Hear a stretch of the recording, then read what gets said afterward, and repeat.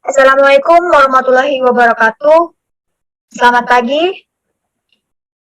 Kami dari kelompok 4 ingin mempresentasikan untuk memenuhi tugas UAS mata kuliah Sistem Basis Data.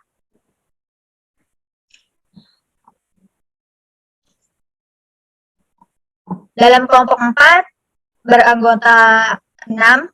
Yang pertama, Aditya dengan NIM C2055201003, Sepia Dori C2055201007, dan yang ketiga Normalia C2055201008.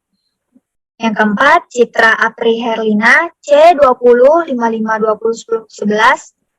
Yang kelima, Krisnawati C2055201013. Dan yang terakhir, Febri Wartano dengan NIM C2055201035. Di sini saya sendiri dengan nama Normalia dengan C2055201008 akan menjelaskan normalisasi. Apa yang dimaksud dengan normalisasi? Normalisasi database adalah proses pengelompokan atribut data yang membentuk entitas sederhana yang disebut non-redundant, fleksibel, dan mudah beradaptasi, sehingga dapat dipastikan bahwa database yang dibuat berkualitas baik. Normalisasi sendiri memiliki tujuan utama, yaitu ada dua.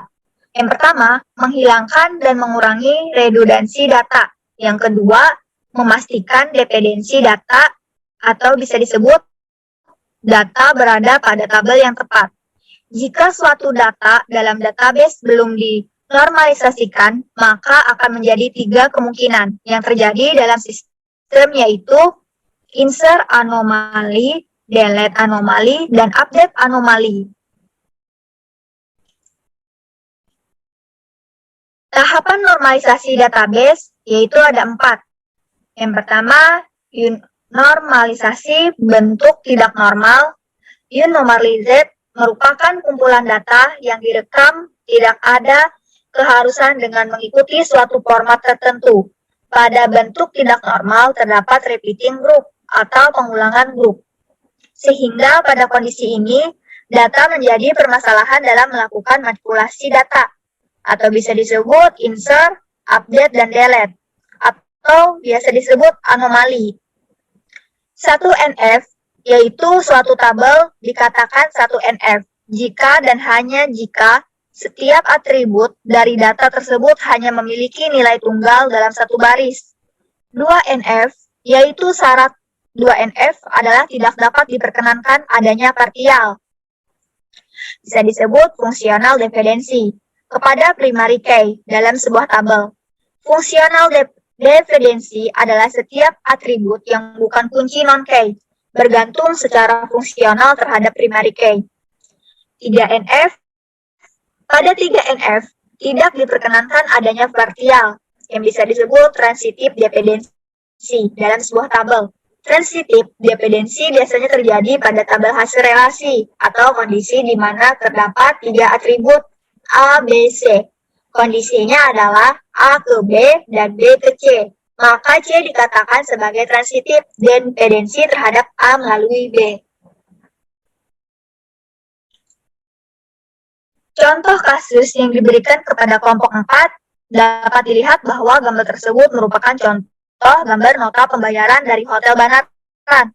Gambar tersebut nantinya akan kita normalisasikan beberapa bentuk, yaitu normalisasi 1NF, 2NF, dan 3NF. Di situ akan dijelaskan nanti oleh teman saya. Nah, di sini akan dijelaskan menentukan atribut ini oleh Citra Apri Herlina. Dipersilahkan. Baik, di sini saya akan menjelaskan tentang atribut dan kardinalitas. Menentukan atribut. Sebelum kita membuat nota pembayaran dalam bentuk normalisasi ERD, dan DB Designer, kita terlebih dahulu menentukan atribut yang terdapat dalam nota yang telah kita pilih sebagai contoh kasus. Di dalam nota pembayaran hotel tersebut, akan kita pisahkan dan mengubahnya menjadi beberapa tabel yang nantinya masing-masing tabel memiliki atribut dan tipe data. Tabel pertama adalah tabel tamu. Tabel tamu memiliki dua atribut, yaitu ID tamu yang bertipe data integer dan merupakan PK, dan nama tamu yang bertipe data varchar 20. Tabel kedua adalah tabel kamar. Tabel kamar memiliki 4 atribut, yaitu no kamar yang bertipe data integer dan merupakan PK, ID tamu yang bertipe data integer dan merupakan FK dari tabel tamu, jenis kamar yang bertipe data varchar 50, dan harga kamar bertipe data varchar 50. Tabel ketiga adalah tabel transaksi. Tabel transaksi memiliki 5 atribut, yaitu ID transaksi yang bertipe data integer dan merupakan PK, no nota yang bertipe data integer dan merupakan FK dari tabel nota, ID tamu yang bertipe data integer dan merupakan FK dari tabel tamu, harga kamar yang bertipe data varchar 50, dan total bayar bertipe data varchar 50. Tabel keempat adalah tabel nota. Tabel nota memiliki 8 atribut, yaitu no nota yang bertipe data integer dan merupakan PK, tanggal yang bertipe data varchar 20, lama tinggal yang bertipe data varchar 20, harga kamar yang bertipe data varchar 20, total bayar yang bertipe data varchar 20, check-in yang bertipe data varchar 20, check-out yang bertipe data varchar 20, dan alamat yang bertipe data varchar 20. Selanjutnya, kita akan menentukan kardinalitas.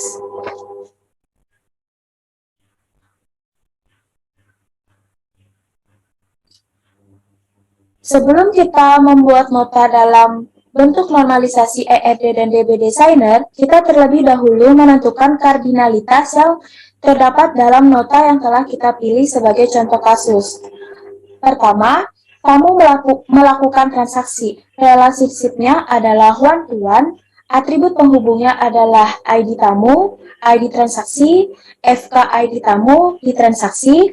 Kedua, transaksi memiliki nota, relationship-nya adalah many-to-one, atributnya adalah no nota, ID transaksi, FK no nota di transaksi. Ketiga, tamu mendapatkan kamar, relationship-nya adalah one to many, atribut penghubungnya adalah ID tamu, no kamar, FK ID tamu di kamar. Materi selanjutnya akan dijelaskan oleh teman saya, yaitu Febri Wartano. Saya persilahkan.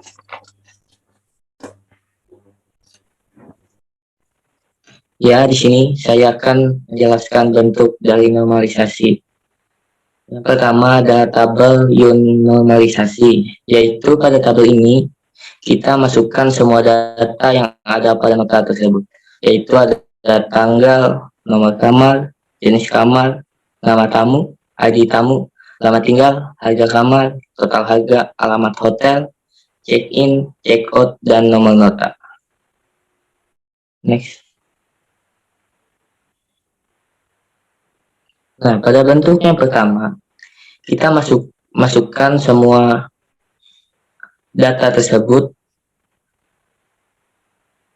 pada semua baris, yaitu di sini karena pada nota tersebut pemesanannya ada 3, maka kita isi 3 baris tersebut dengan data-data yang ada. Next.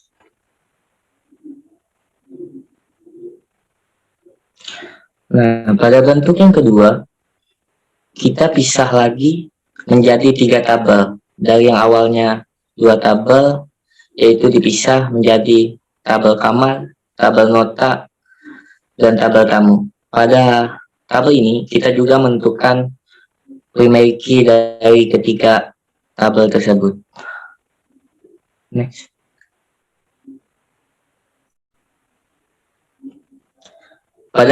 Pada bentuk yang ketiga, kita pisah lagi dari tabel nota sehingga menimbulkan tabel transaksi. Dan di sini juga kita menentukan foreign key dari tabel-tabel tersebut. Materi selanjutnya akan dijelaskan oleh teman saya, yaitu Setia Doli. Baik, di sini saya akan menjelaskan bentuk ERD-nya. Sama seperti penjelasan pada kardinalitas tadi, di sini saya akan menjelaskan dalam bentuk gambarnya. Nah, di sini terdapat 4 entitas, yaitu tamu, kamar, nota, dan transaksi. Tamu memiliki atribut ID tamu, PK, dan nama tamu.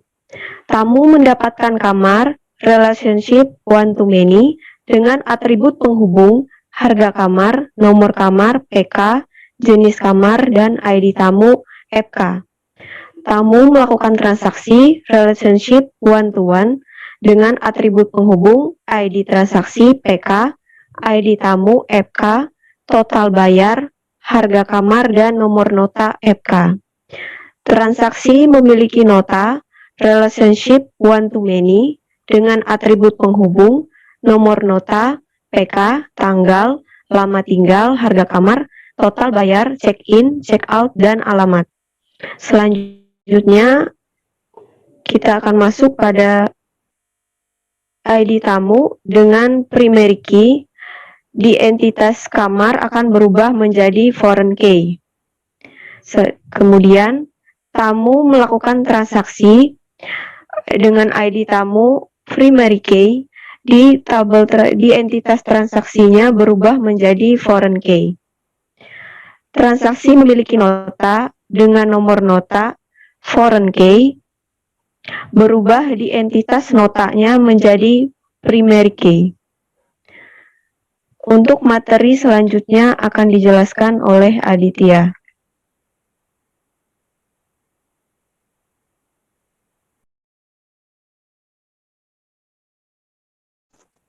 Baik, di sini selanjutnya saya akan menjelaskan dari bentuk DB Designer-nya. Terdapat 4 tabel. Yang pertama ada tabel tamu, kemudian kamar, transaksi, dan nota.